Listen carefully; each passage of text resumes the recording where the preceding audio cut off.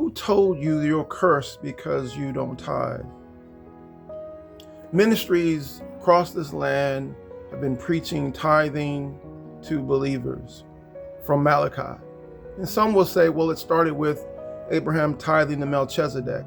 And Abraham tithed to Melchizedek, gave a portion, not all of his substance, but gave a portion of the spoils from a particular battle that he was able to win. Melchizedek, priest and king, type of Christ. But today, the New Testament church, the believing church, I believe through the scriptures that many people have been lying to you. First of all, it says if you tithe, God will open the windows of heaven and pour out a blessing. You won't have room enough to receive. How many can you honestly say have experienced that? Secondly, it says that if you don't tithe, you'll be cursed. And what kind of curse? There are no curses that are mentioned in the New Testament.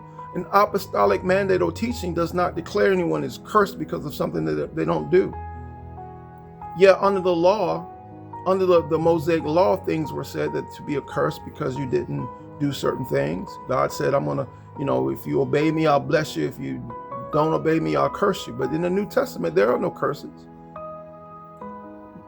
We see what God spoke to them and applied to us. All scripture is profitable, but I must understand how it's profitable.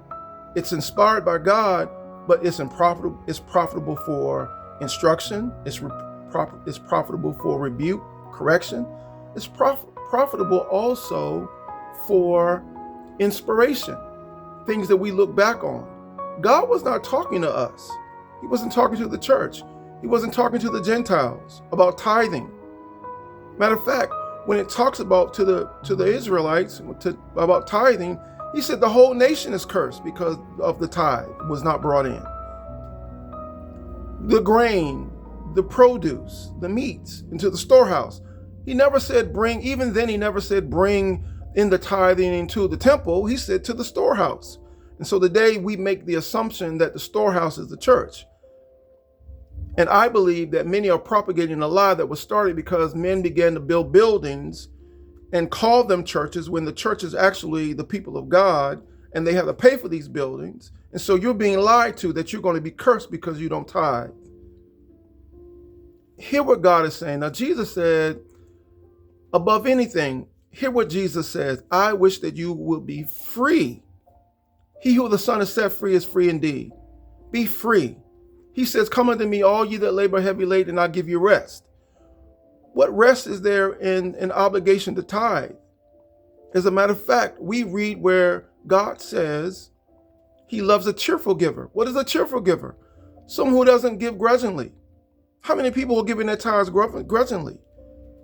It's better to give $1 without grudge than $100 with regret. God can't bless that. Giving is supposed to be a gift. Giving does not mean that you expect something back. Giving means I give from my heart freely without expecting anything back. God, you don't have to bless me because of my giving, because of my gift. But if you do, I'll appreciate it. We've gotten away from everything now is about sowing a seed or what we're going to get from God. We see his hands. We see what he can do for us. And it's wonderful to know those things, but not to allow it to be our motivation. Our motivation should be that we give from our heart. And because I mentioned not tithing does not mean you're relinquished from giving.